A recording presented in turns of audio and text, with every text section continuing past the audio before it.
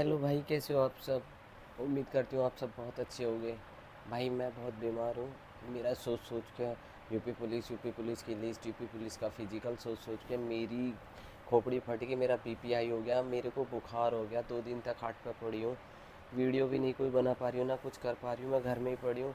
और एक साला ये रोग ऐसा है, इसमें हर वक्त इतना दर्द रह है ना कि किसी को कह नहीं सकते।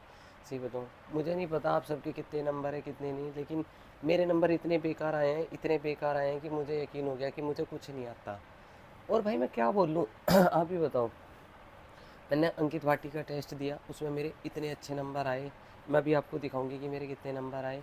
मेरी खोपड़ी ये सोच सोच के ख़राब हो रही है कि मैं अब जाऊँ ग्राउंड पे, नहीं जाऊँ ग्राउंड पे, अगर चली गई और नहीं नंबर आया, और अगर नहीं गई और नंबर आ गया।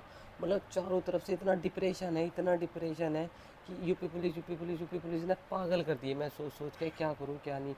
घर वाले मुझे कोई ताना नहीं दे रहा, मेरे घर में मम्मी पापा भाई भाभी कोई मुझे ताना नहीं दे रहा, ना कोई मुझे कुछ कह रहा। ताने मिला है मुझे बाहर से।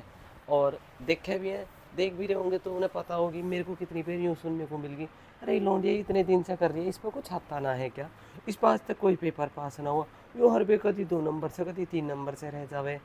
तो मैं उनसे कहना चाहूँ कि एक बार तुम बैठ के देखो, तुम्हारे घर में भी तो बच्चे हैं, एक आधे को लगा के देखो ना लाइन पे। मैं इस लाइन में इतने साल से हूँ, मुझे पता है। खाना पीना हंसना भूलना सब छोड़ दिया। एक कुर्सी पे बैठे बैठे कौन मोटा हुआ है, एक कुर्सी पे बैठ बैठ के कौन खुश रहे हुए। अगर कभी साल भर में 2 जगह नैनीताल देहरादून चले गए तो क्या हो गया भाई। लोगों को लगा घूम रही है, अबे कौन घूम रहा है। वो भी देख लो जो साल के 8 महीने 10 महीने हम एक कुर्सी पे बैठे रहे हैं, और उसके बाद भी इतने गंदे नंबर आ रहे हैं, तो तुम बताओ क्या बोलोगे। अरे भाई बर्बाद ही हो गए, ना तो साला कुछ मिलाई और ना कुछ कराई, और सही बताऊँ बर्बाद ही हो गया। तो लोगों के ताने और सुनने को मिल रहे हैं कि तुम क्या करो क्या ना करती। तुम जज कर दो मुझे सही बताऊँ ना, इतना गुस्सा आ रहा है मुझे अपने आप पे कि मैंने इतने अच्छा स्कोर करा टेस्ट में। हर कोई आदमी टेस्ट से ही तो पता लगा सके कि मेरी तैयारी कैसी चल रही है। मैंने अंकित भाटी के सारे टेस्ट देख रही थी, तो किसी टेस्ट में मेरे ज़्यादातर 190 है, 180, किसी में 195। 195 में से तो मेरा कभी ऊपर आया ना। लेकिन जो मैंने लास्ट टेस्ट दिया था ना अपना, कि बिल्कुल जो पेपर होने से 2 दिन पहले टेस्ट दिया था, जो अंकित भाटी ने दिया था संडे को, मैंने वो टेस्ट दिया था। और उसके बाद फिर मैंने कोई टेस्ट ना दिया, ना कोई मॉक लगाया, कुछ भी नहीं करा था। बाकी जो मॉक आते थे उन्हें मैं लगाती थी। अंकित भाटी के कोर्स से मैं पढ़ी हूँ। तो भाई मेरा नंबर बहुत अच्छे थे, मैं आपको दिखाऊं। देखो ये मैंने घर पे आकर अपनी दीदी के फ़ोन से लगाया था। अंकित भाटी के में मेरे 210 नंबर है। और कॉन्ग्रेचुलेशन का भी तुम देख रहे होगे, ये उल्टा आ रहा होगा इसमें देखने में, लेकिन तुम देख रहे होगे मेरे बिल्कुल करेक्ट कितने थे, 111, इनकरेक्ट 24, और अनअटेम्प्ट 12 थे। ये मेरा ही स्कोर है, किसी और का नहीं है, क्योंकि मैं लाइब्रेरी में टेस्ट नहीं लगाया था, मैंने अपने घर आके लगाया था अपनी दीदी के फ़ोन में, क्योंकि मेरे पास फ़ोन है नहीं। ये आईफोन है, इसमें कोई सिम विम नहीं है। अब भाई मैं क्या बोलूँ क्या ना बोलूँ, क्या करूँ क्या नहीं करूँ, मुझे कुछ समझ नहीं आ रहा है। और मेरी खोपड़ी फटने हो रही है कि मेरे नंबर इतने बुरे आए हैं। 210 नंबर मैं टेस्ट में करके गई हूँ। तो भाई मैं कॉन्फिडेंस ले गई तो जाऊँगी कि हाँ मेरा अच्छा आएगा, लेकिन नहीं आया मेरा। इसमें मेरी क्या गलती है। अरे मेरी ही गलती है, मैं तो मान रही हूँ। क्योंकि एग्ज़ाम हॉल का प्रेशर सिर्फ मुझे पता है और किसी को नहीं पता। लोगों ने तो मुझे यूँ तक जज कर रखा है। अरे तुम क्या करने चाह रही कोचिंग में, तुम क्या करना चाह रही पढ़ने। अगर तुम पढ़ने जाती ना तो तुम्हारा अब तक नंबर आ गया होता। तो हमें पता है 4 साल हो गए तुम्हें, 5 साल हो गए तुम्हें, 6 साल हो गए, तुम पे आज तक कहीं नौकरी ना ली गई। तुम यही तो दोस्तों से बात करने हंसने बोलने यही करने जाए। हाँ भाई यही करना चाह रही, क्योंकि घर से तो स्कूटी पे जाऊँ सुबह, स्कूटी पे जा रही है भाई लौंडिया बैठ के निकल गई सुबह को, शाम को आई है। किसी यूँ भी पता है कि मैं लाइब्रेरी में बैठ के नाच रही हूँ गा रही हूँ, एक कुर्सी पे बैठे बैठे कमर अकड़ जावे। और मैं तो हर किसी बंदे को कह रही हूँ जो भी कोई कुर्सी पे वहाँ बैठा है, भाई सबकी कमर अकड़ जावे। दिन में बच्चे सोना भूल जावे, किसे सोना गया। और यूँ दुख सिर्फ जो कंपटीशन का बच्चा होएगा ना वही समझ सके, क्योंकि और कोई नहीं समझ सकता। माँ बाप तो इतना जाने कि भाई पढ़ रही है ना, माँ बाप ताना देते। ताना मिला है सबसे ज़्यादा अड़ोसी पड़ोसी से, और मुझे तो इतना मिला है ना कि मेरा तो किसी ससुरे था बात करने कोई जी ना करता। अरे ऐसे और कहेंगे बुरा सा मुंह बना के, अरे लौंडिया इतने दिन हो गए तुझे। मेरा ऐसा मन करे कि या तो तू मर जा या बस तू कुछ कर ले, क्योंकि इन्हें ना तो बोलते हुए शर्म आती भाई, है ना इन्हें कुछ कहते। और मैं बताऊं तुम्हें मेरे नंबर कितने हैं। और हाँ नंबर की सुन लो, पहले तो मुझे यूँ, मेरे जेंडर, मेरे मतलब एडमिट कार्ड के जेंडर में दिक्कत आ रखी है, लखनऊ जाना पड़ेगा उसे ठीक करवाने। मुझे समझ नहीं आ रहा मैं उसे ठीक करवाने, क्योंकि अगर मैं उसे ठीक नहीं करवाया और जो भी 2 4 नंबर नॉर्मलाइजेशन में मिले उनका मुझे कोई फ़ायदा नहीं होगा, क्योंकि मेरी लिस्ट बॉयज़ में चली जाएगी।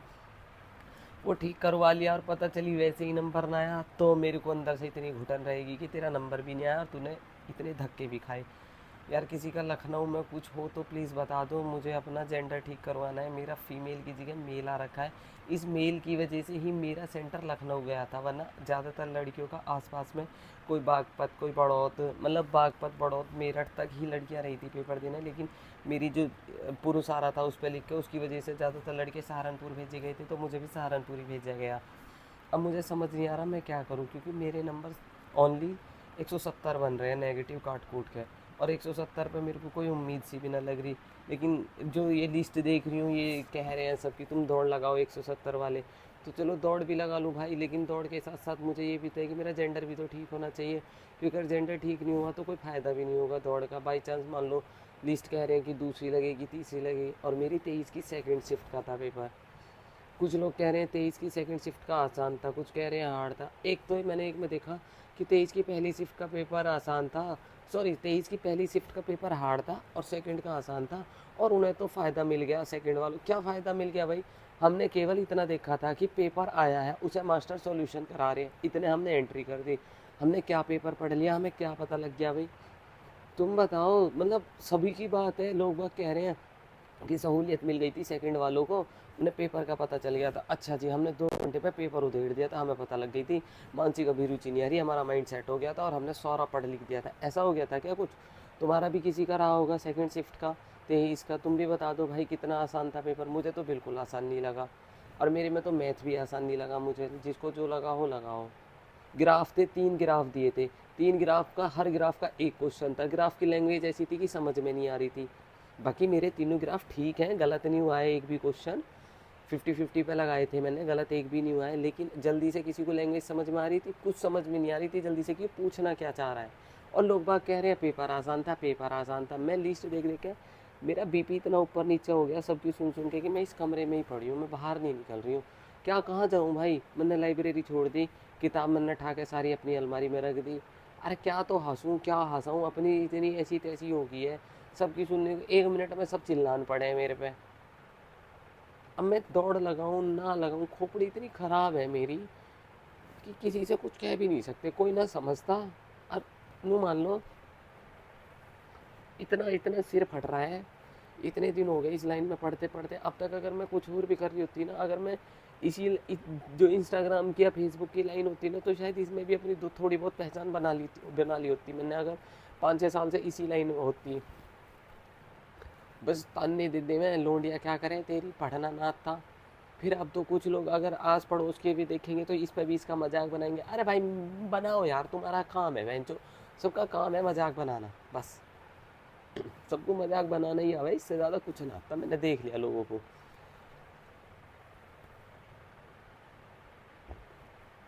भाई किसी का लखनऊ में हो तो प्लीज़ बता दो यार, मेरे को जेंडर ठीक करवाने जाना है अपने भैया के साथ।